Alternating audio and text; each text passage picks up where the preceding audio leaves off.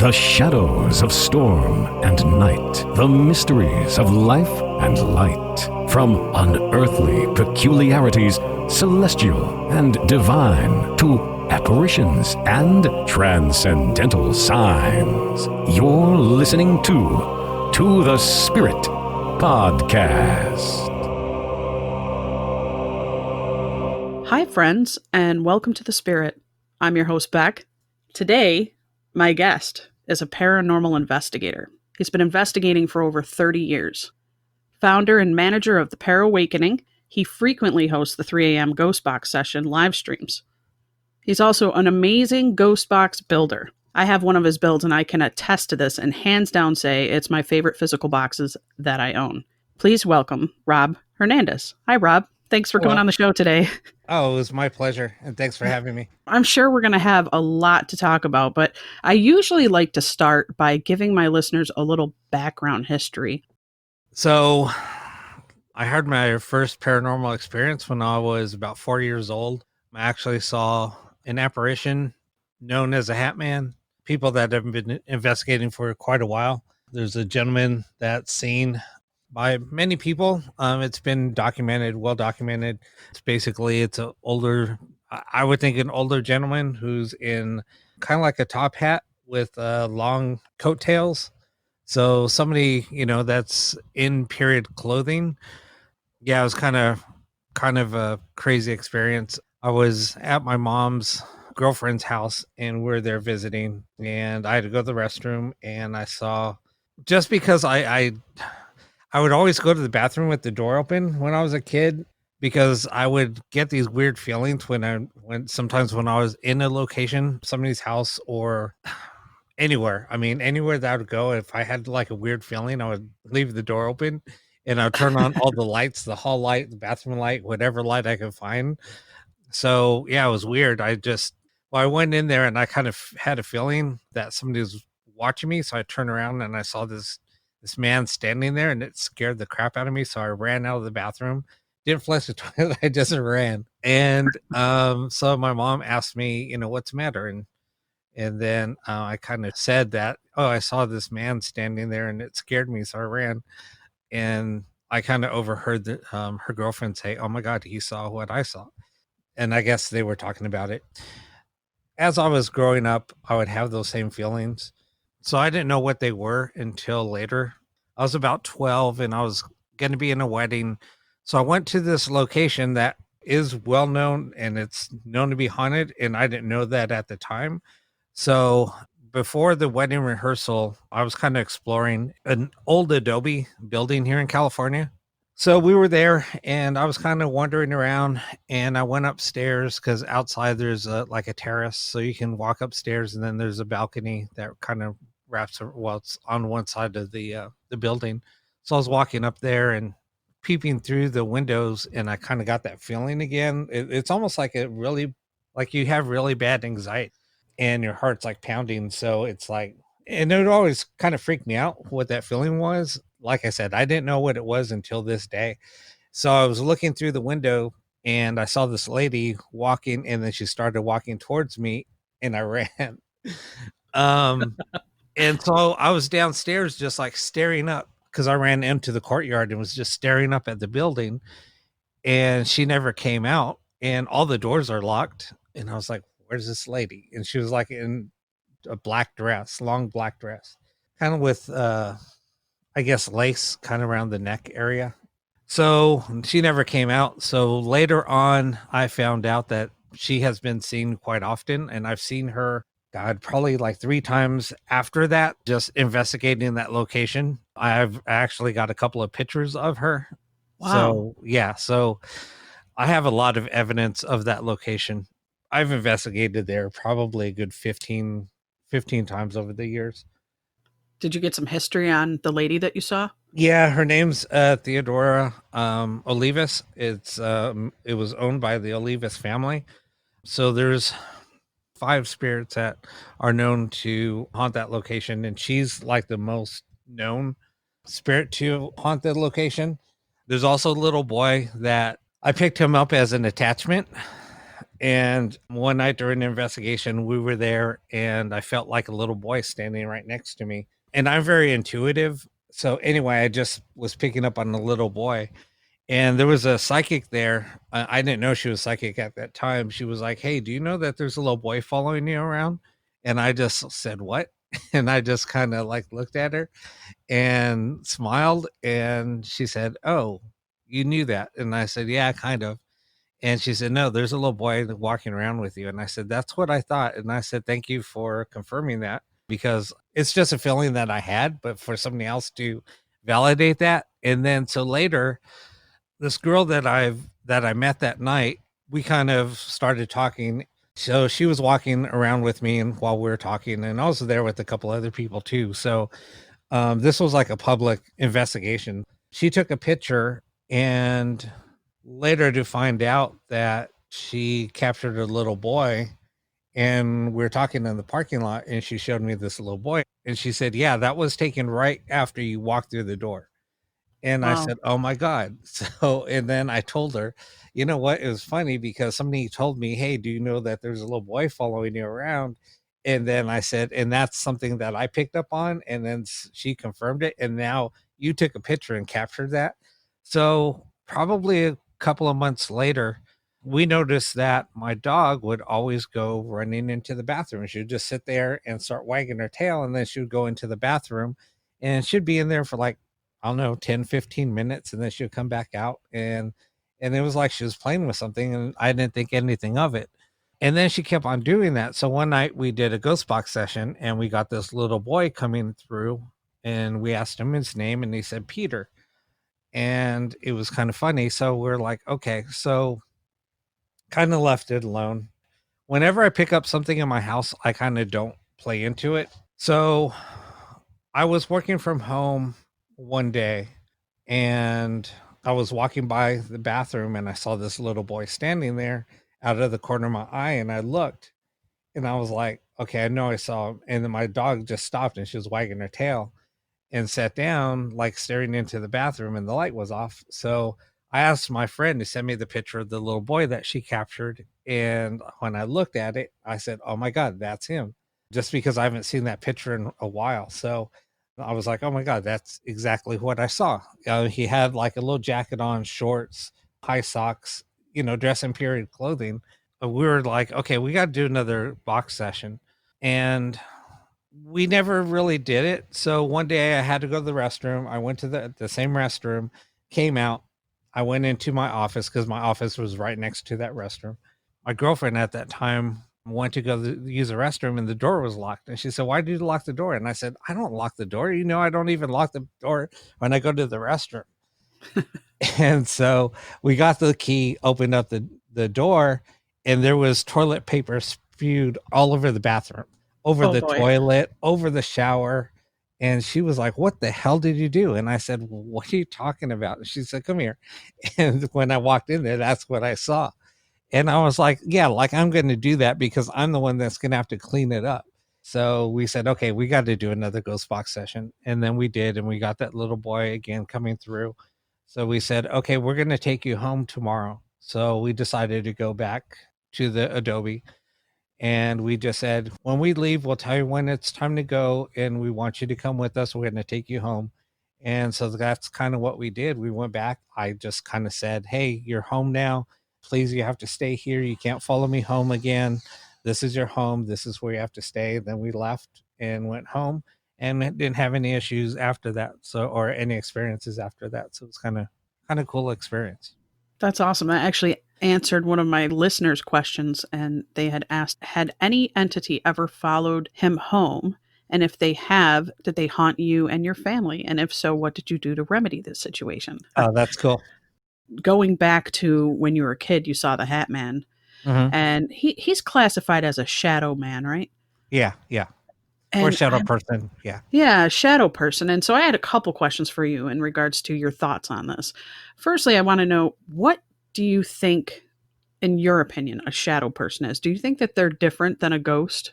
Um, no, I honestly, I think it's the same type of deal, but I think, oh, and I have another story Okay. about a shadow person. in that same location that I was just talking about. I think it's somebody that's more prevalent, and they're not like, well, like with me, I think there's certain times when they call like the veil or the dimension between our living world and the afterlife, when there's an opening, and that's when people will see a spirit or an apparition or something. So it's like there's like a brief opening and then it closes. That's what I believe, but I think a shadow person, I think, is a more of an attachment to that particular location, and they make their presence known at any time. So that's what I think. Yeah, I mean that's just my beliefs, because it seems like when people will go into a location and they see shadows all the time, I just think that those are more, I guess, tied to the location. I don't know. Interesting, because I've been receiving emails and Facebook links and things from groups where they're noticing an uptick in shadow people, as far as people are just seem to be coming across them more now than ever. I'm wondering what's your thoughts on why that might be. You know, I just think, I think everybody has their, I guess, their energy that they bring, or they're more prone to seeing things because maybe they're more open than other people. Some people might be closed off. Yes, they might think that, oh yeah, no, I'm open to that, but they're really not. So I think subconsciously they're closed off to seeing anything, and that's why I think some people will see more spirits and others won't. But I just think energy has a lot to do with it. Just from listening to your stories, I noticed that you're clairvoyant. I know you said you're intuitive. It's not very often that people get to actually see them with their own eyes. No, and that's the thing. And see, I don't really claim myself to be a clairvoyant or anything. That's just me. But other people are saying, oh, no, you're definitely a clairvoyant. But I don't put a title on myself. It's just, I know I have these abilities. I know that I have tendencies of doing remote viewings. It's really strange.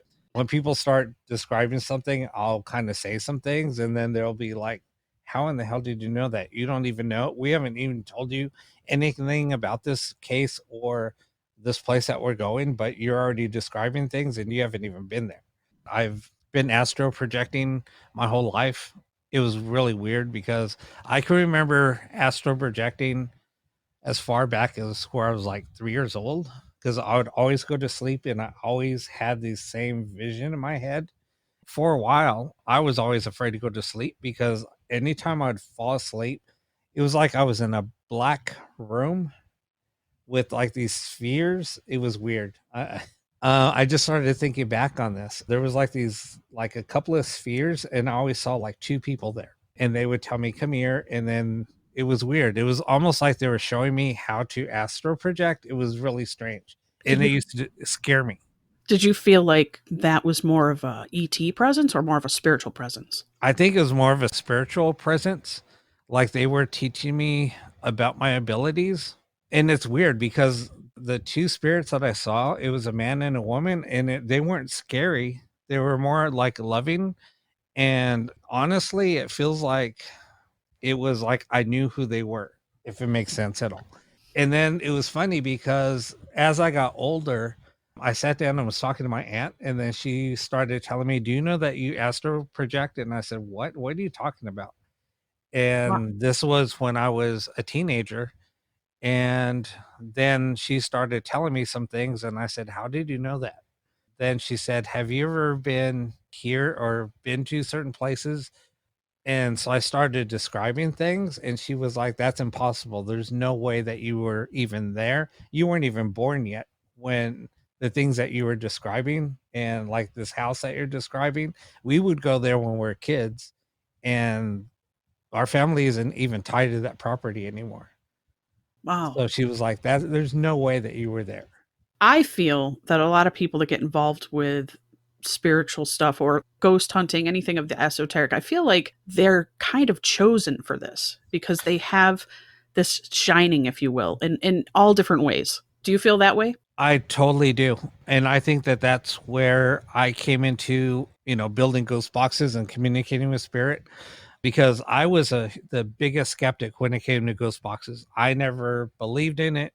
I owned a few, and I was like, these things are just broken radios. You can't get any spirit. And I said, the only thing that's coming through is audio clips from radio. And I said, this is a bunch of garbage. So I was like the hugest skeptic. And I kept on playing with these radios. I was getting nothing. And I said, nothing's coming through but radio.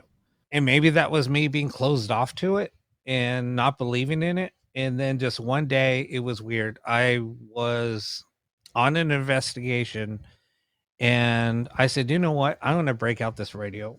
I don't believe in it. I'm just going to use it because nothing else was coming through. And I was getting there was no activity happening and I was bored. So I broke out a radio. I started asking questions. Nothing was coming through. And I Right. said, okay, see, this is a bunch of crap. Then I started just things I was thinking. And I said, in my head, I'm not going to ask that question. I'm just thinking of questions to ask. I was getting responses to my thoughts. And then I said, whoa, this is weird. So I started thinking, instead of asking questions, I just started thinking about certain things and what I wanted to say, or just thinking about something in the location. And then all of a sudden an answer would come through. And then I Okay. was like, wait a minute, this is really strange. So then I said, maybe there is kind of something there. So then I just started focusing my energy through that. And then I started getting responses. So then I started thinking, okay, well, then maybe it's just your energy needs to be tied to these devices. And then the more and more I started talking to people, the more and more that they start using let's say, ghost box. At first, they don't get anything. Then all of a sudden, they just start focusing their energy more and more on that device. Then it's like it becomes part of you. And then you start getting more and more responses. It's just really strange. So that's what inspired you to start creating your own ghost boxes? So, yeah. So basically, I bought a couple of ghost boxes. They were just poorly built. And so I ripped a couple apart and I was like, oh my God, this thing's just poorly built. So I started re-soldering everything, reconnecting everything. I just didn't like the way that it worked. So I started playing around with my own thoughts and things like that on spirit boxes. And yeah, it was okay. And then just all of a sudden, I had an idea. It was weird. It was like it came to me like in a dream. So it was like, okay, that's weird. So I kind of like just put it off. I didn't think anything about it. And it just kept on bugging me. Like, no, I have to do this. It's just this thought would not leave my mind. It was weird. And then it was like an obsession kind of thing. And I just kept on saying, no, I'm not going to do that. I'm not going to do that. And then all of a sudden I said, all right, fine. So I took that idea, built it, and then it was like, oh my God, this is amazing. I sent one of my prototypes over to my buddy who's like huge into ghost boxes. I mean, he has like some very rare ghost boxes that were built by certain people. They're no longer made. There was only a few made by these people. He had a Frank's box, he had a Joe's box, and then he had another box called the mini box. All of those devices are very rare in the field. Yes, they are. Um, the mini box, especially. So he just said, oh my God, dude. He said, I don't know what you did, how you did it, but this thing is amazing. He said, I don't get any responses. He said, the only thing that is close to your box is a Joe's box. He said, the mini box is very temperamental. He said, but your box just blows this box away. He said, any box that I've used, he said, dude, your box is just like amazing. He asked me to build him another one. I did. Then he asked for another one. I built it. So he just said, it's weird. He said, anytime he uses my boxes, he gets like the most incredible responses. And I'm not trying to toot my own horn. I mean, this is just something that I did. And then I was like, dude, they can't be that good. And he said, dude, you're not giving yourself enough credit. Let me toot your horn for you because I have my box that you built for me. It's like center display when you walk into my house. Right. And everybody that is new to my home that sees it has to go up and touch it. They have to look at it. They ask me what it is. So right there in itself, when I got that delivered to me and I opened it up, I'm not exaggerating. And yes, I do have a connection. I'm able to do ITC, but I turned that box on and I was like, what is this magic? What is this magic? And I just have to thank you because it runs beautifully. It runs exactly how I wanted my really good build to be. So I'm tooting your horn for you. And I didn't mean to cut you off. I just got so excited because your friend is right. You have this ability not many box builders have. It's a rarity, just like the Frank's box, the Joe's box, and stuff like that. So I can attest to your talent.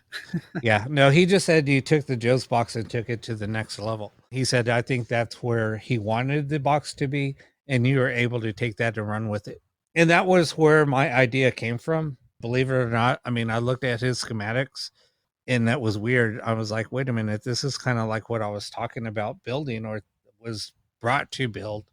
And I said, that's weird how it's basically in line with that. Yeah, so it kind of just worked out. But anyway, so I started using my box more and more, and then I started using it on my live stream, and just the responses that I get is like, oh my God, it just blows me away.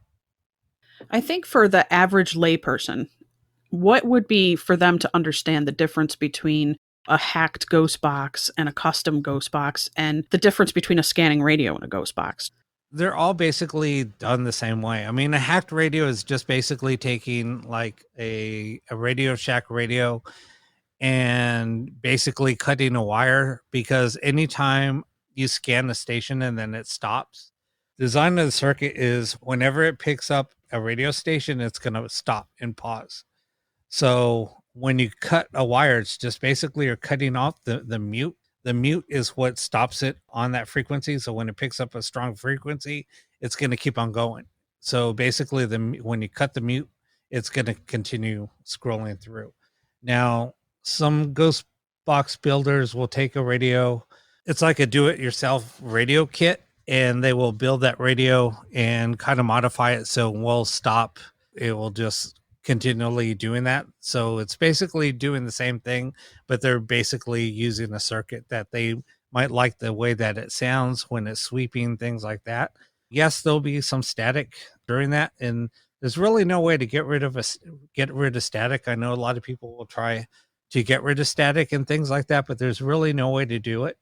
The only way that you can get rid of static is have a custom tuned radio that doesn't have any static, like with what I'm using. My designs don't have any static, and I did that by design.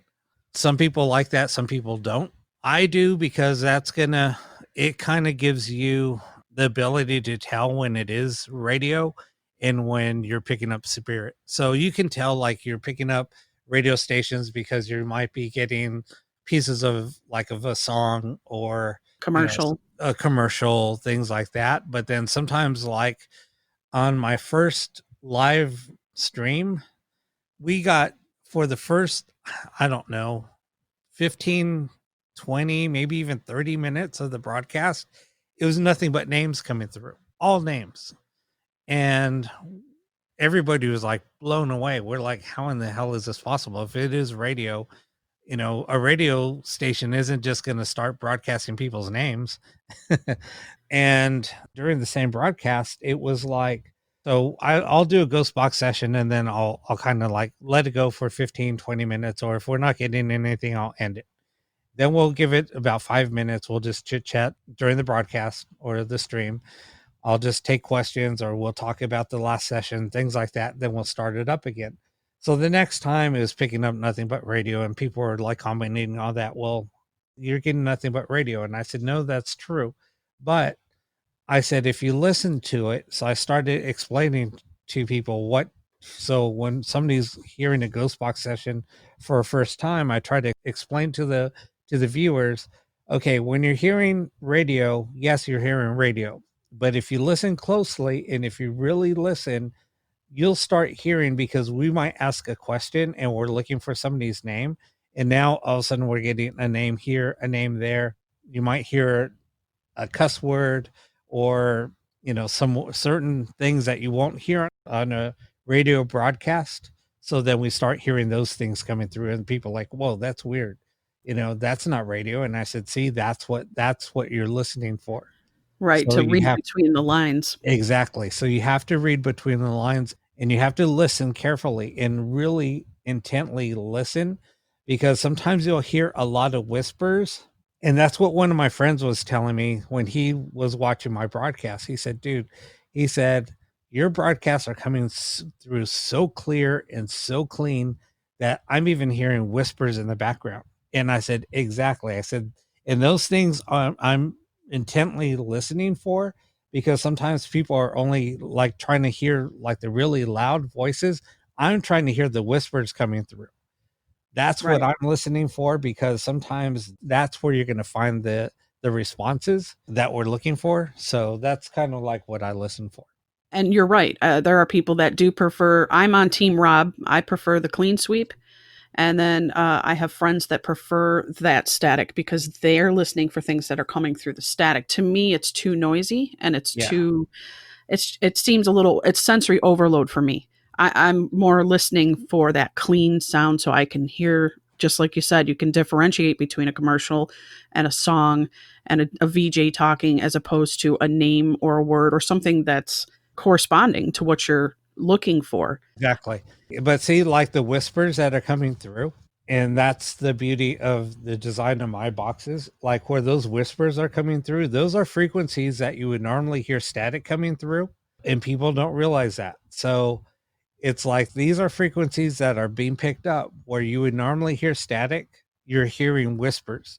You have an option on your box that you build, and I don't know if you do this with all your builds, but you're able to put the sweep rate all the way up to a mode where you're getting pure spirit.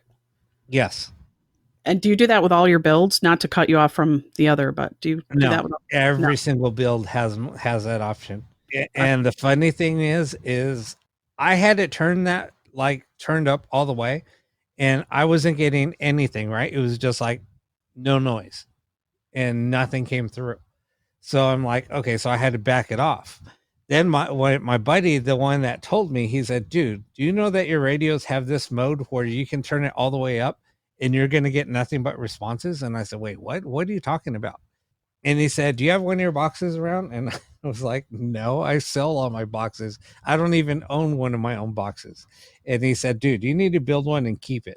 Stop doing that. And I said, okay, fine. He said, so do you have any plans to build one? I said, actually, I'm building one this afternoon. And he said, okay. He said, you're going to keep that box. And I said, yeah, okay. So I built one, and he said, okay, when you build it, just leave it there. He said, turn it all the way up on the sweep rate, all the way to where you're turning it clockwise until it stops. Leave it there. And I said, okay. So I'm sitting there, I'm doing a ghost box session, and I wasn't getting anything. And I'm like, okay. And my house is haunted. I have 3 spirits here. Actually, there's 4 that I just found out. So I'm sitting there, and all of a sudden I'm getting this little girl coming through, and that's one of the spirits that lives here.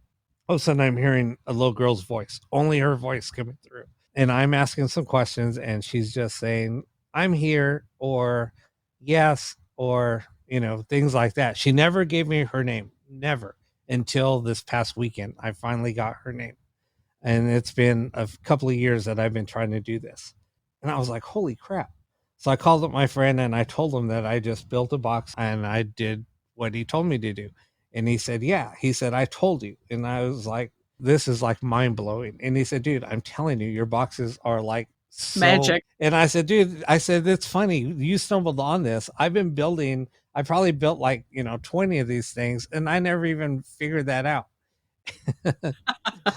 Because I would turn it all the way and I wouldn't get anything. It was just like dead. So I'd back it off. And then he's like, no, you got to leave it there. So no, yeah, all of my boxes have that ability. I know every time you post a build that you're working on, it looks like it's going to be gone as soon as you're done. Do you build those just randomly when you have the time to build them, or is it something that you're pushing to do more of? No, actually, I mean, all of my boxes now, I just custom build. So if anybody wants one, that's when I build them. And it's funny because now I have 2 of my own boxes that I keep here. I have not sold them just because my friend told me don't do it. He said, you're going to keep one. And he kind of harped on me. And I said, dude, I'm not going to hold on to it. just because I think about others before myself. That's just the way that I am. Yeah, you are. So, yeah, I just decided, you know what? I always have to have one here.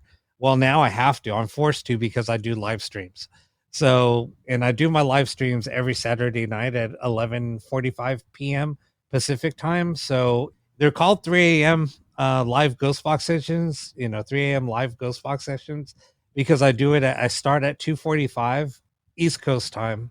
So it'd be Sunday morning, Saturday night at 2:45 a.m. East Coast. So Yes. by the time I start my first ghost box session, it's 3 a.m. East Coast time. And listeners, if you want to ever check those out, he has it live streamed on YouTube and Facebook, right?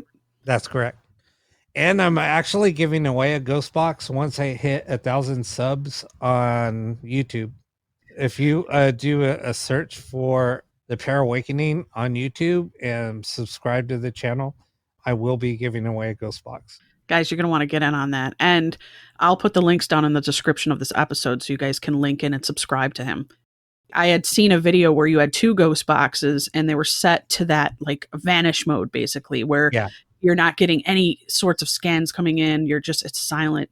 And it was almost like they were communicating with each Yep. other. So with my buddy that kind of helped me, that discovered that mode, he came over to my house to pick up his other box. I said, "Hey, you want to see something?" So I had the box that I built for myself. I had the box that I built for him, and we set him up outside. And I said, "Check this out." I set him up to we call it like direct communication mode. So we just turn him over to that mode. We're sitting there.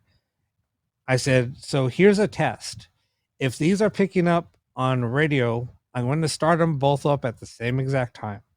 So if they're both picking up radio, we should be hearing the same responses over each radio at the same time, right? I mean, Right. that's Yeah, that's what you would think. We turned on both of the boxes. Nothing. We were hearing no responses coming through. Then him and I started talking. One of the boxes answered a question that he asked me.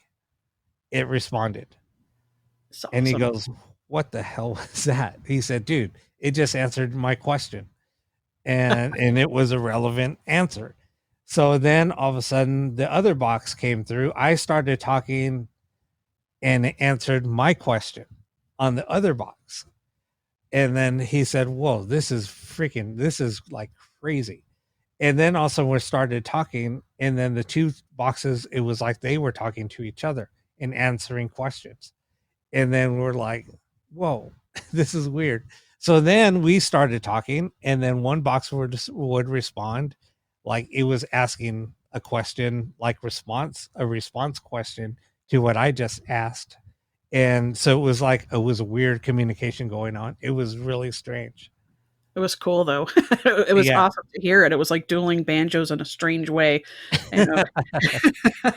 I have a lot of spiritual and religious people that listen to this Okay. podcast, and I know a Okay. lot of them wonder, like, doesn't a ghost box open a portal? Isn't it like a Ouija board?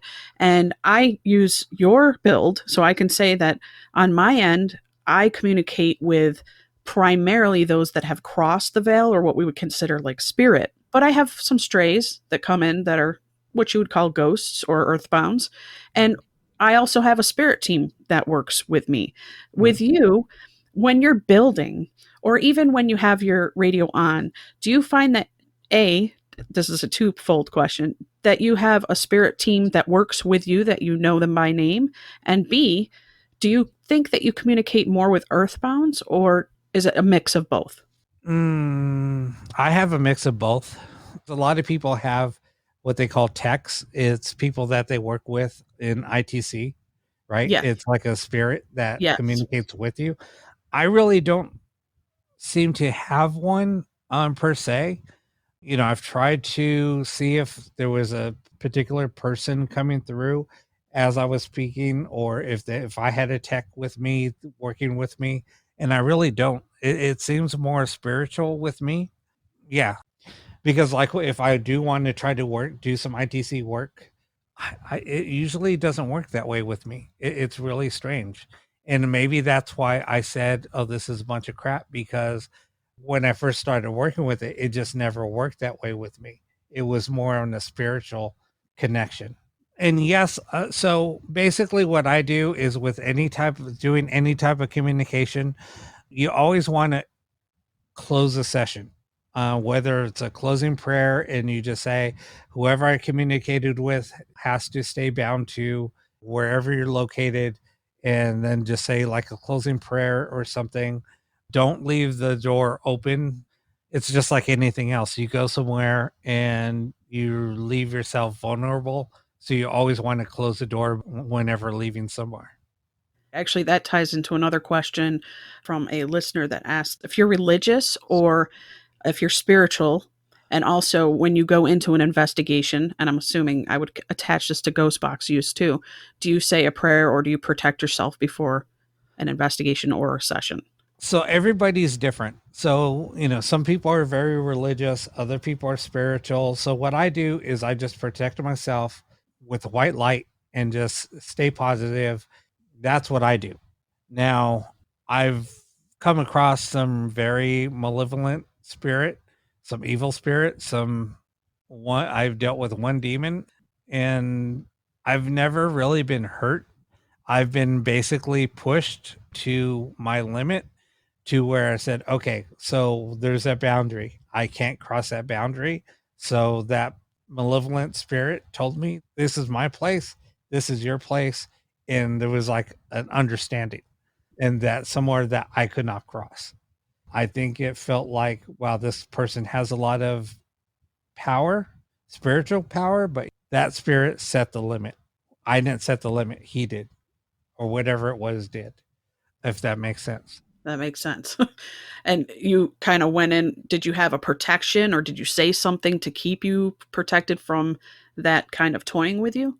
No, I mean, I did what my opening thing was, and everything's like internal. So as I'm walking through, I might put my head down and then I'm walking towards the location and I'm doing my ritual going into the location. So when that did happen, I said, okay, I'm respecting its space, and I left. I took that as I'm not welcome there.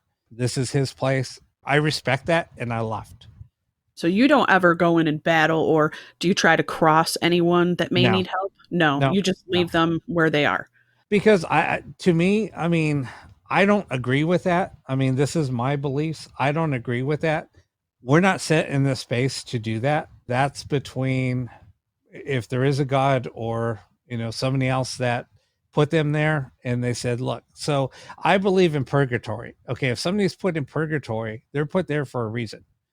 Who is it us to say, no, you're not staying in purgatory, you need to move on? That's not our place. Unless they're asking for help. What if they're asking you for help? Now, if they're asking for help, I will ask how we can help you. Because sometimes what they're doing is they want to get a message out to somebody before they can cross. And I think once that is done, I think their piece is said, what they needed to get done is done, and then they can move on.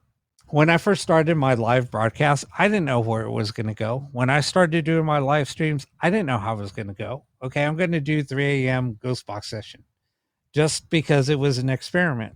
When it started off as an experiment, yeah, it was cool. But then people wanted to get in contact with loved ones. And I was like, okay, if that's what you want to do, let's do it. And then things started happening. People started getting answers. People started getting their closure. And I was like, oh my God, this is so cool. And it was just like, wow. And that's kind of where it went. And that's where it is now. When I talk in my live streams, this isn't about me. This is about the viewer. So I'm going to do whatever the viewer wants to do, because if I just do what I want to do, that's not any fun for the viewer. So this is about you guys. Whatever you guys want to do, I will do it. If you want to do ghost box sessions, let's do ghost box sessions. If you guys want to talk about the paranormal, we'll talk about the paranormal. If you want to come on the show and talk about, you need help and you want to discuss your location that's haunted, and you want to ask different people's views on how to get you some help, we can do that. So it's like an open forum. But it seems like everybody just wants to communicate with a loved one and to see if they have any messages for them or things like that. And so somebody was asking, there was never any closure because the person died abruptly. So they asked, what happened? And then so they kind of got the answer, and it was weird. And we all heard that, and it was like, wow, this is like so cool, because somebody was just saying, well, how do you know it's not just radio? And I had 2 boxes going, and I put them in that direct contact mode. It was all coming through. The answers that they were saying, they gave us a name, it gave us how they died, it gave us things that were relevant to their question. A couple of viewers were like, oh my God, that was so cool. They were like, now I understand how this works, because they were skeptic. And I said, look, they were skeptical. Okay, yeah, and I understand that. And then when they heard that, they were like, oh my God, this is so cool. You just hooked me on your show. Yeah, they were just really happy with what happened. It's the most rewarding thing to be able to give somebody that gift, that communication gift. And I don't think people understand that you're taking your own personal time and you're actually helping others with it. It's kind of like a modern day Marcello Bacci. So if anyone doesn't know who that is, look it up. That's an awesome documentary. And this is what Rob's doing, but without an old tuner radio. And he's doing it virtually, which is just in with the times. I think that's so cool. Yeah, and the funny thing is like my shows, I dedicate an hour. My shows are only like supposed to be an hour. I have never gone under 3 hours. Oh, wow. Lately they've been going 4.5 hours. Every live stream for the last month has been over 4 hours. The last 2 weeks have been 4.5 hours. So I'm just like, okay, guys, I really need to go to bed. It's like, 4 o'clock in the morning here, and it's 7 something on the East Coast. And they're like, people are waking up and they're like, dude, I see that you're still on live. And they're like, don't you ever go to bed? I know I catch it real late sometimes before I'm heading to bed. And I'm like, it's 3 a.m. here because I'm on the East Coast, and I'm thinking he's just firing it up. Yeah, exactly. So yeah, people do the same thing. They're like, I wake up to go to the bathroom or something, and I see you're on, and then I go to get my first cup of coffee, and you're still on. What is your favorite app or device that you use? Actually, I really don't like apps, but there are some pretty cool apps out there. On the PC side, I use Extreme Senses software. There's a couple of ghost boxes that he uses, and I do have all of his software. I purchased all of his software like back in 2015, and then I upgraded a couple. But like there's one called Spirit Radio that I use a lot. So anything that uses IP radio stations is good. I don't like using anything that uses banks. Banks are pre-recorded audio because you don't know what they have built into those banks unless you do what I've done in the past is I've ripped out all the audio and listened to it, and they will use a lot of words that you're looking for in the paranormal, like dead, died, ghost, spirit, things like that. Now if you're picking up those words during a live radio, like a radio station, things like that, that's not normal talk on a radio broadcast. And last week during my broadcast, I had a REM pod that I have set up. I actually just sent that off to somebody. So I don't have a REM pod anymore, one that I built. Anyway, so I had that REM pod going off, and I was asking who's sitting off the REM pod, and it said spirit. And then finally a name came through, and this was one of the spirits that is here. I just found out he's tied with the little girl I was talking about. His name's Ed. So I said Ed, and then the REM pod went off one time during the broadcast. I said, Ed, if that's you sitting off the REM pod, set it off again, and then it started going off again. Things like that. So like I was saying, I just don't like using banked audio because, like I said, there's certain things that are coming through, and that's not really what you want. But if you're getting something coming through, like a word like or a name like Ed, or let's just say Hannah or Jennifer and things like that, yes, those are names coming through. But what are the chances of somebody using somebody's name over a broadcast? It's pretty rare because people don't, unless they're talking to a caller that's calling in, is the only time that they're going to really use somebody's name. Right. Yeah. So that's why I like using things that are using like radio broadcast or something like that.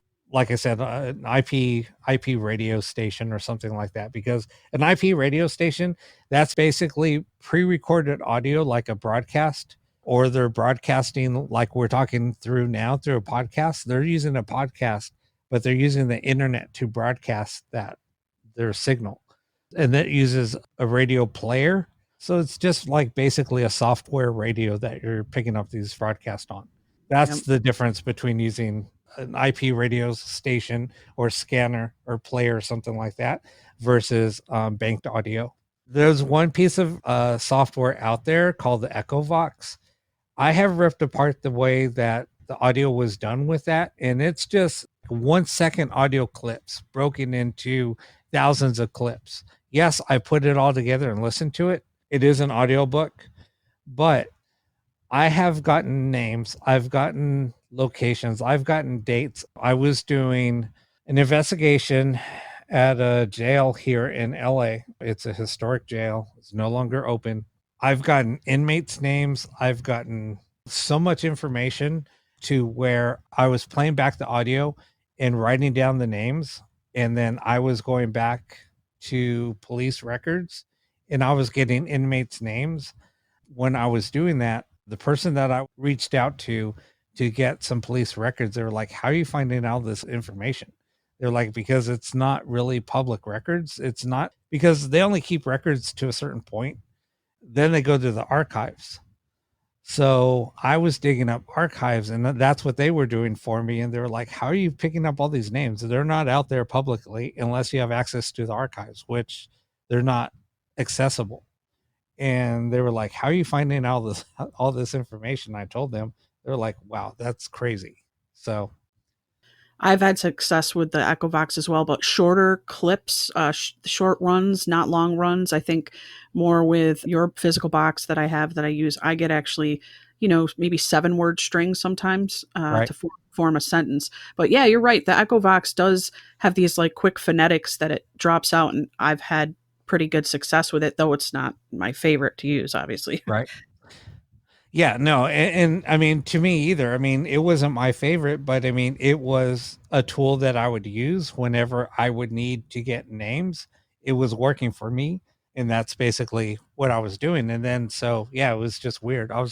Once in a while, I would get a couple of words through it, but it was usually just one word. Sometimes it was one word, but that equaled a sentence. Like, as a word here, a second later, another word, 5 seconds later, another word. You put all those words together, then it was like creating a sentence. Exactly. Like a spaced out sentence for sure. Exactly. But like you said earlier, it does get annoying, just like static or anything else. I can only take short bursts, or maybe like a 5-minute session here, a 5-minute session there, because it starts getting annoying. And I don't like listening to all that chatter.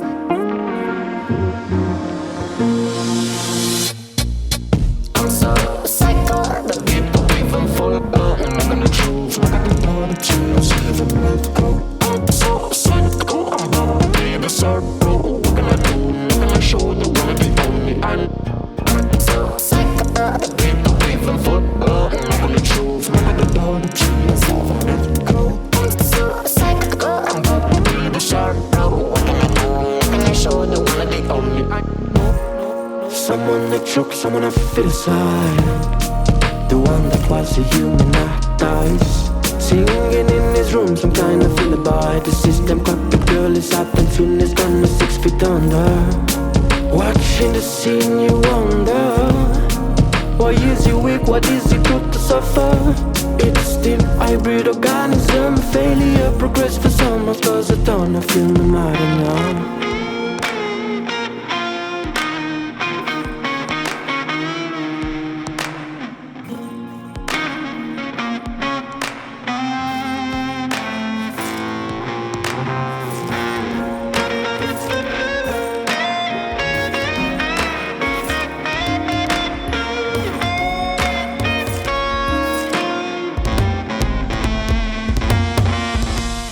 A listener named Mike asked, do you get any clues or messages from beyond the grave that influenced you to make newer technology? Yeah, that's how my spirit box came about.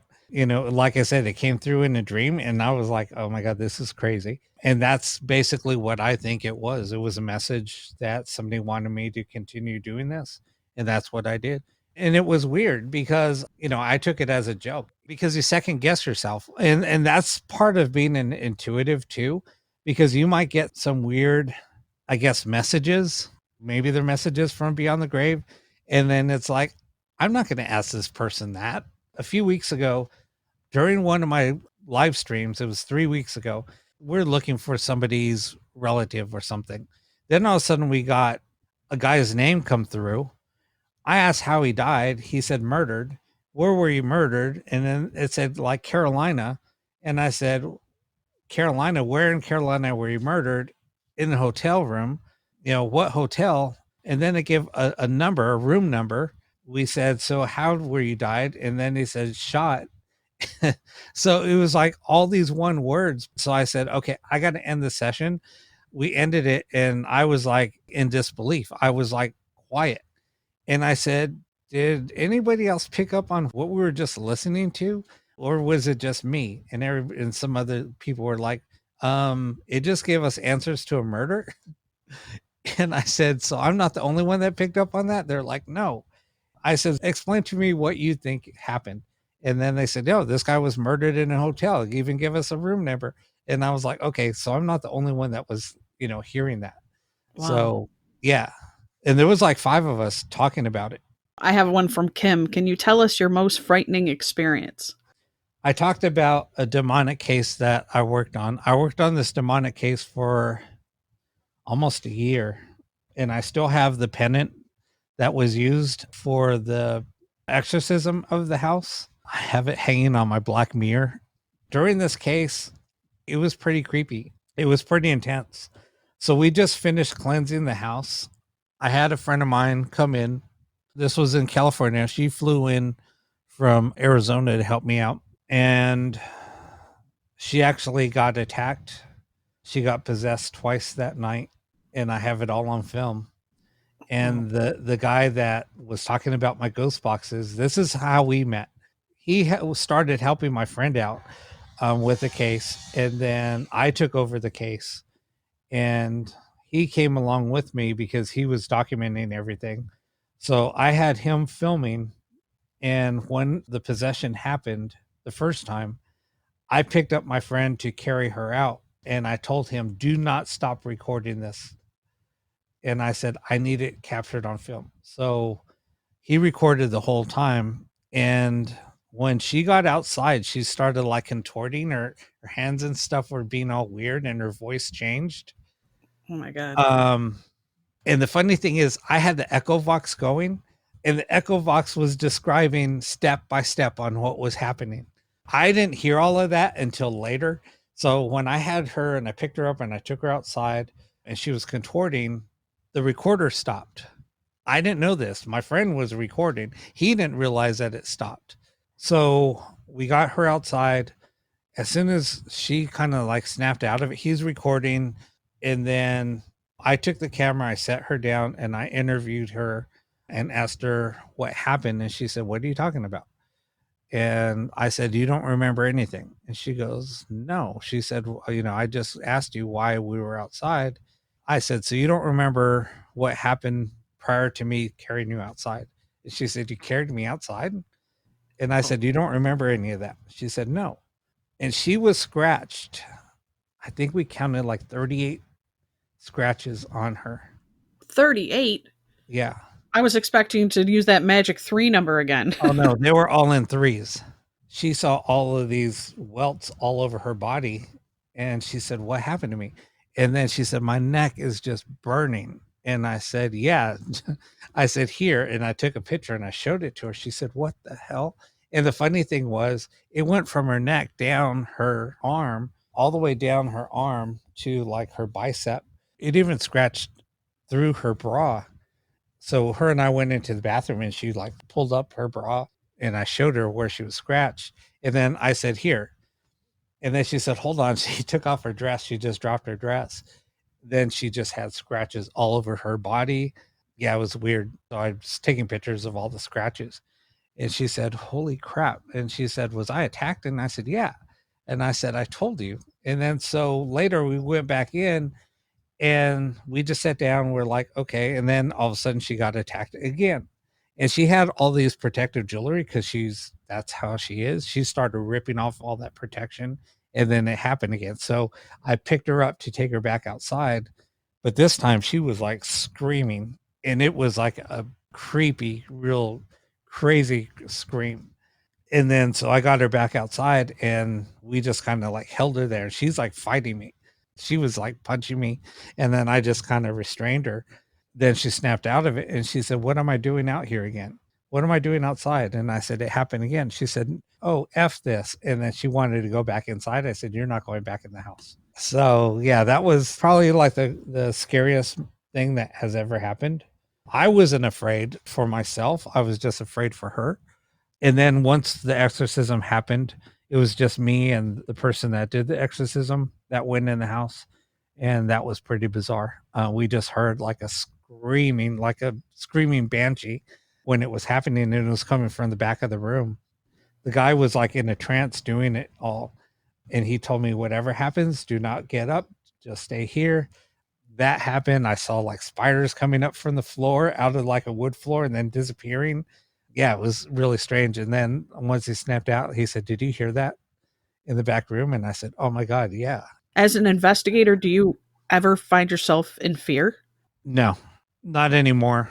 I haven't been afraid during an investigation. God, I don't even remember when the last time I was ever afraid. I think because of everything that I have experienced. And then I think there was something that happened during an investigation to where I felt threatened. And that's when I stood up and said, no, I'm not going to be afraid. And ever since then, I've never backed down. I think that takes years to develop. Yeah, and it did. It did. Here's another thing that I can describe for everybody that I did see somebody else terrified during an investigation. So you were talking about a shadow person. So Yeah. one day we're at that Adobe again. This was for another public event. I was there filming and I saw a shadow person outside on the balcony. So I looked through the door. I said, okay, I saw that shadow person. I'm going to ignore it. I want to see what happens. And then I saw it walk by again. And then this time I saw it come in the house. And I said, okay, I know where you're at. So I'm just going to stand back here. At that time, I was dating somebody and I said, hey, come here. I want you to walk back here with me. And I said, but we're going to walk in slow. And I said, I want you to look when we walk through the door, look to the right. And I'm going to film there, but I just want to see. So these two girls followed us in. I didn't know that they were behind me when they were walking behind me. And then somebody bumped into me. I looked back and I just told her, shh, be quiet. If you guys are going to be in here, just be quiet. And I just kind of whispered to her because I didn't want to catch it on camera. So as we're filming, we saw the shadow person dart across the room, black out a window, run out the door and slam the door. And those two girls started screaming. And I was kind of laughing, but I ran out the door. And at that time, the person that was hosting the event, he's like a pretty well-known ghost hunter in the area. So he was kind of like my mentor growing up. And I've known him since I was, 14, 15, something like that, when I first talked to him. So his wife was coming up the stairs and she said, Rob, what the hell's all this commotion? What happened? Why did you slam the door? And I said, did you see anything come out through the door? And she goes, what are you talking about? She said, no. And I told her a shadow person ran out through the door and slammed the door. And she said, I heard the door slam, but I didn't see anybody come out. So after everybody left, I played back the footage and yeah, we saw the shadow person. You just see it. You couldn't really see the shadow person. You just saw something black out one of the windows and then the door slams. So she was like, oh my gosh. And I said, see, it wasn't me. I was following it to see what happened. So yeah, her husband was like, oh my God, that was weird. When you first started investigating, what were the first technologies that you were using? So back then, this was back in the 80s. I was using, well, there was some equipment out. So there was like some EMF detectors, things like that. But over the years, I found carrying around an EMF detector, it's really not, doesn't really do anything. Yes, it's good to do baseline, things like that. But I mean, I was still old school and carrying around a compass because compasses, I mean, they're so accurate. I mean, if they're going to pick up magnetic fields, they're going to pick up magnetic fields and you could see it. Now, if you ever seen a compass where it just starts spinning, that's a trip when that does happen. And it does happen sometimes. So you'll just see the needle just spinning. Then you know that something's just not normal. And that's why I would carry them. So back then, I mean, it was kind of like old school. You just carried around a camera, but at that time it was a film camera and an audio recorder and a compass and a flashlight. That was pretty much it. And just use your senses. Yeah, and use their senses. And then, as things progressed, like in the 2000s, everybody started buying all, a bunch of equipment. Yes, I had tons of equipment. I would buy everything that would just be released. And then after a while, I was like, this is all garbage. I'm wasting money because all these devices really don't do anything. And then it just became more of a distraction. You're setting up all this equipment. You're starting to monitor all this equipment. You're taking away from everything. There was a couple of times when I heard and saw something and I wasn't even set up to even capture that evidence that I just missed because I was distracted. So then after a while, I'm just like, I'm not carrying anything. Everybody's like, where's all your equipment? I have my equipment. No, you don't. Where's all your bags of equipment? I'm not carrying any of that crap anymore. I'm just carrying, this is what I have. I have a static detector. I have my camera. I have an audio recorder. That's all I need. And now currently, when you do an investigation, what would be the devices you would have in your arsenal? Basically, I would take a ghost box with me, a flashlight, a recorder, and camera. Sounds about right. Paul would like to know if you've ever run across any haunted items, and if so, what were they? Yeah, actually, I have a couple in my possession. It was funny because we were filming at somewhere where we weren't. I don't condone trespassing at all. So we were at an old mental hospital, which is now a campus here in California. I'm not going to say what it is. Okay. Anyway, so we were there and we were just walking around. We were doing some ghost box sessions and things like that outside of the buildings. And we saw a door open. So we went into the door and then we're like, hey, this door is open. I mean, we just kind of like opened up a door and it led us into kind of a wing of one of the kids' ward. So we were wandering around the kids' ward filming and we're like, wow, this is cool. We can't believe that we're in here. So we were walking around and I picked up on the little boy again. And I was just standing there just watching. And my friends noticed, they're like, what are you staring at? And I said, there's a little boy over there. He's just standing there watching us. And they're like, you can see him? And I said, no, I could sense him. And then one of my friends was staring and he said, dude, there's like a little shadow. And I said, yeah, I just noticed that myself because he was kind of moving. So he moved over and then you could kind of see a shadow. And then I said, all right, we'll just stay here. I'm just going to go do what you're going to do. I want to see if he makes himself known.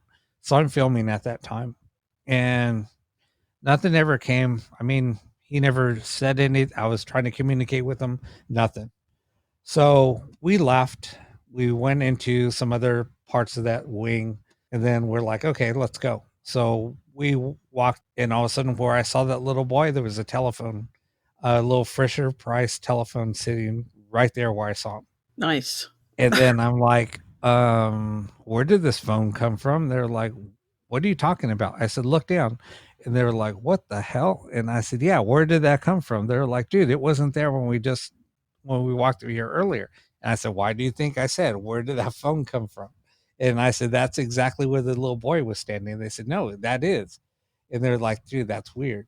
So I picked it up and I put it in my backpack. They said, you're not taking that thing home are you? And I said, yeah, why not? It left it here and I wanted to see, I'm going to bring it back. We're going to come back and I'm going to see if I could communicate with that little boy. So I have that phone here. And you experienced anything happening with that phone? I did when I first had it, because it was in my trunk of my car for months. And I would always hear like a child giggling in my car. And sometimes I heard a little voice saying my name. So I think it was attached to that phone until I took it back. So I took back the phone and I said, if there's anything attached to this phone, you have to stay here. This is where you belong. I kind of did that whole thing to re-release them there, but I still have the phone. I haven't experienced anything else after that, after I took them back. That's crazy. I don't know if I would have had the balls to take that phone back with me. And I actually have a doll that was attached to something from another well-known location here in California. Did you get any weird stuff coming off the doll? I'm wondering if that's what keeps the little girl around too. So I have that in my garage. I have it put away. I don't leave it out, but I do have it put away. I just wanted to leave that in the garage just to see if, well, that's where my studio is. So I built a studio in my garage it's a workshop in my studio and I keep that in here. So I try to keep the little girl away from the house now. So I figured if I keep that in the garage, maybe that'll keep her at bay and out of the house and leave her here in the garage. Is it working? Yeah. I haven't really had any experience in the house with the little girl in quite a while. Jen with 1N wants to know, how many cases a year do you investigate on average before lockdown happened? God, I haven't done an investigation, to be honest, in quite a while. I was doing them a little too often, probably at least once a week, at least. Wow. Yeah. And then over the last 4 years, that went from doing them often to doing them maybe twice a year. And then even now, I haven't done an investigation. I can't even remember. I've probably done 2 since March. I've probably done 2. Devin has a weird one. Is it possible to make an income off of being a paranormal investigator? No. Even being on a TV show, yeah, people don't make money off of being on a TV show. Believe it or not, the pay isn't really that great. It basically covers your travel, from what some people I've talked to. That makes sense to me.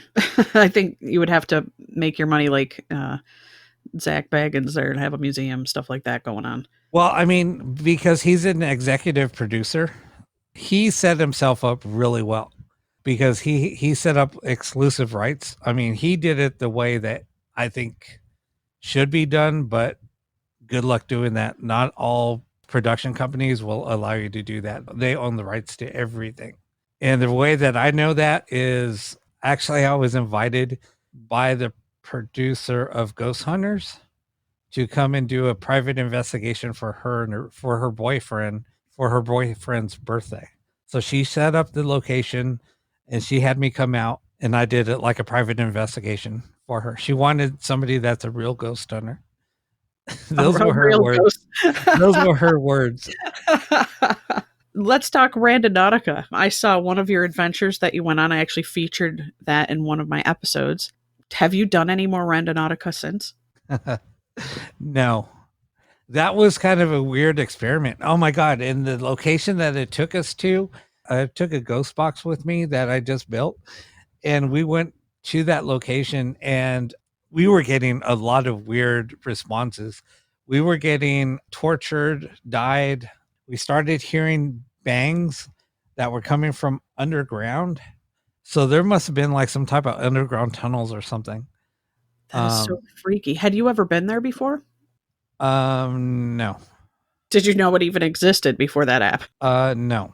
What do you think about that app? I know that it takes you to some weird locations. I mean, things that I don't know. I don't know if I believe that there was, I mean, because sometimes it's just an empty field or sometimes it might be somebody's house. So I don't know. I don't know what to believe with that app. just that one experience for us was weird. If I got brought to that location, and I don't think I would have, by the way, had the balls to do that at nighttime. So, And it was like at, I don't know, 1 a.m. yeah, and there's a cemetery there. Yeah. Like, Yeah. what's going on? What is this place? Yeah. There was some headstones there. And it's actually right in my neighborhood. So my neighborhood's kind of weird. It's basically, I live on the last dirt road here in town. So it's all like ranch land. So like each lot. So basically it was two owners that owned all the property on the street that I live on. So then they kind of like subdivided it. So each lot is about an acre. Some are a little bit larger. Our next door neighbors on 2 acres. Ours is an acre. There's another piece of land that's like 5 acres. And then they're like 1 acre increments. So it's just the way it's broken up. It's kind of cool. It's a real quiet neighborhood. There's no street lights. It's a dirt road, like I said. This is the only street that's not run by the city. It's an awesome area. Everybody, rides horses down the street, or they'll walk their dogs or go on walks with the kids. And I'm out there and they're like, I love this area. And I said, yeah, it's really cool. Sounds like a really cool area.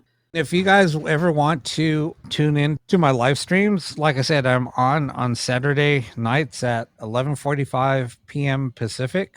So it's 2:45 a.m. Eastern. Like Rebecca said, it's on YouTube and on Facebook. I'll link it for you guys to check it out. Yeah, and if you go to, like I said, I'm going to give away, a piece of equipment, whether it's a ghost box or REM pod or, something like that. I might even give away a couple. I don't know. Knowing me, it'll probably be a couple. I'm just, like I said, very giving. And if you guys have any questions on any equipment that you might be looking at or something like that, before you go out spending your money, just talk to me first. Definitely do that, guys. Definitely do that. I made the big mistake of not doing that. No, because I've been there. I've spent thousands of dollars on equipment, and then after a while, it's just like it just sits there. Honestly, the best piece of equipment to buy, if you're going to look at an EMF detector or something like that, there's actually these little static detectors that you can find on eBay for like $13. Now, here's the reason why I carry around a static detector. Have you ever gone to an investigation where you're in a location and it feels like you just walked through spider webs? Oh, yeah. And there's no spider webs there? What that is, that's static electricity. And that's kind of like what you're walking through. So it's going to make your hair stand up. And the funny thing is, when I first ran into that, first thing I did was I grabbed my recorder, broke it out, and I started asking a lot of questions. Sometimes I didn't even have a recorder, because sometimes when I'm filming, I'll do an EVP session using my video camera because it has audio picked. It has a recorder going anyway. So sometimes I would fumble for my recorder and I'm like, crap, I left it in my bag, because sometimes, I hate carrying around a bunch of stuff. And a couple of times I'll just grab things. Okay, thinking I have everything, and then I'm like, oh my god, I forgot my recorder. But I'm like, well, who cares? I have it on I'm recording on my camera. So I started doing an EVP session, just asking questions. Who are you? What are you doing here?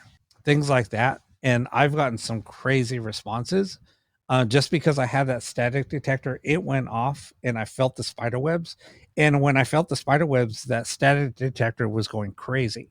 And then I was like, wait a minute, that's what that is, when I first discovered it. So one time I was doing that, the day I found that little telephone, I was walking around and there was like these claw marks. And I was like, oh, look. And they look like claw marks on the door. Obviously, somebody probably took a knife and just like gouged them out. Right. And I was like, wow, check out these claw marks. And I have it on a YouTube video somewhere.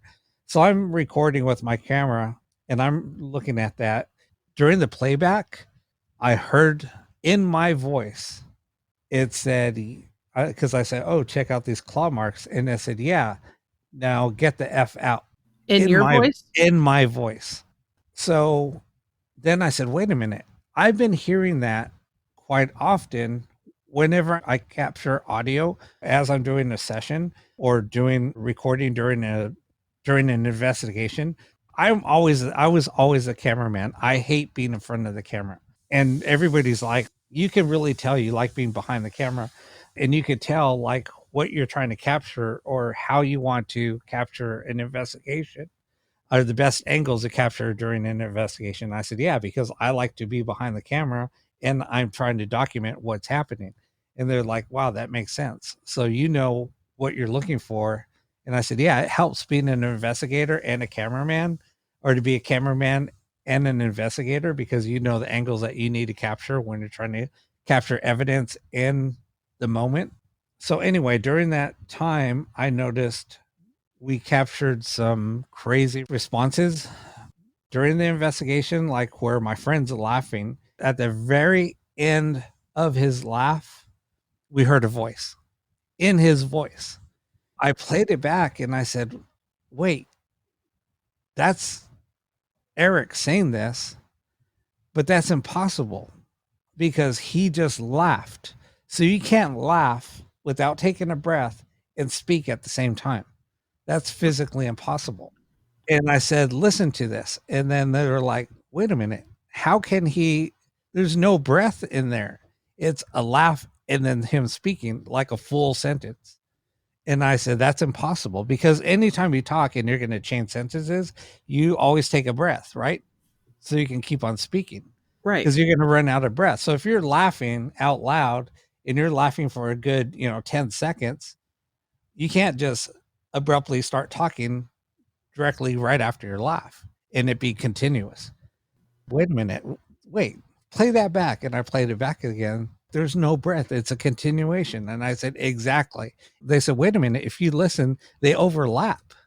And I said, yeah, that's what I'm talking about. It's like they're overlapping and there's no breath. Like and they're like, using the energy of his voice to propel their own voices. yes. And I've noticed this. So I started asking other people, have you ever got anything, an EVP, when you're doing an EVP session, in your voice responding back? And they said, yeah, I've heard that too. So I've had like 5 different EVPs. And I said, look, listen to this. And I said, I didn't say that. And they're like, but if you listen to the voice, it's a little bit, the pitch is off. It sounds like your voice, but it's in a different pitch. That's so weird that it was mimicking you, though. Yeah, and that's exactly what happens. So I feel like they use your vocal cords or your energy from your voice to mimic your voice. I've never thought of it in those terms. I've always thought of it as like, something playing with you, a trickster, a demonic, something like that. But now that you're saying that, it makes sense. I've heard other investigators have that happen as well. Yeah. Well, you've taught me some new things, and the static detector is a very cool thing too, because you would never think to carry a static detector with you on an investigation. No. Now there's somebody that's kind of been ripping people off here lately, or people ordering things from this person or this company, and they're not getting their products returned. There's been quite a few posts about it. Now their products, they do use all their products are all static detectors. And that's why I stood behind him before he started doing this. But you can go out and buy these static detectors. They're really cheap, but they work. They're black, and they do have like a little red LED that starts flashing, and it does make like a low alarm sound when that does happen. They're under $20, and they're like the most amazing thing to have in your bag. Yeah, they're $13.88. Radiation detector on eBay. They'll come up. They're called electromagnetic radiation detector, EMF detector, but they're black. They have a digital display. They have a red button. You would pay way more for that if you were going into a specialty store for ghost hunting or anything like that. And they do work. I mean, they work great. Like I said, I wouldn't steer somebody to a product that doesn't work, and something that I wouldn't carry in my bag. That's not what I do. I'm going to point somebody to a device that works. Just like somebody said, what's the best recorder for doing EVP? And if you watch the old Ghost Adventures, when Nick was on there, they would use these little Olympus recorders. Those are like the best recorders that you can buy, and you can find them on eBay for like $20. I was going to say they're the little cheapy ones too. Yeah, they're if you can find them cheap. I mean, sometimes because people know that they're really good. So, people will charge like $80 or something for them, but if you can find them for $20 or so, yeah, grab one. Yes, I actually found an Olympus, the same one that they used. I think they were at Walmart for, next to nothing. And yeah, and you had like the higher end EVP recorders they climb right up in price. And a lot of investigators think that you need that pricey instrument. And I'm with you. I don't think you need that at all. I think you just need you as the conduit and you to go in there with your intention. Exactly. Don't let the name fool you. It is a static detector. You can get just like one of the little plastic bags that you get. You can like kind of crinkle it up and then wave it in front of it, and it will set it off because that's static Electricity. Yep. Yep. If people want to tune into your live stream on Facebook, do they have to add you as you on Facebook, or do you have a page that you do it on? Yeah. If you go to Live Paranormal, the page that I stream on, or you can go to my page, which is the Para Awakening on Facebook. Beautiful. That's my page also. I'll link those in the description as well. Awesome, Rob. Thank you so much. And I can also say that maybe you don't have a tech guide because you are the tech. And maybe that's what it is. I don't know. Maybe they feel like I don't need a tech guide. I don't know. Well, I think you're pretty blessed in that sense to be able to create what you create and be so giving and kind. And I have to do one more shout out because, I had gotten, I had a bad experience with a box builder where I ended up being swindled. He was a con man. And unfortunately, they're out there. They're like bad psychics. So you got good ones, you got bad ones. You got good box builders and bad box builders. And if you ever have an opportunity to purchase one of Rob's boxes, get your hands on it, guys. Do it. It's great. Yeah. And I mean, if you go, like I said, if you go to my YouTube channel, you can check it out. Or if you even go to the paraawakening.com, you can see some of my box builds on there. I haven't updated it in a while. I just built another box for myself. It's pretty cool. It's an older type radio, classic radio. I got to post pictures up. I got to update my site.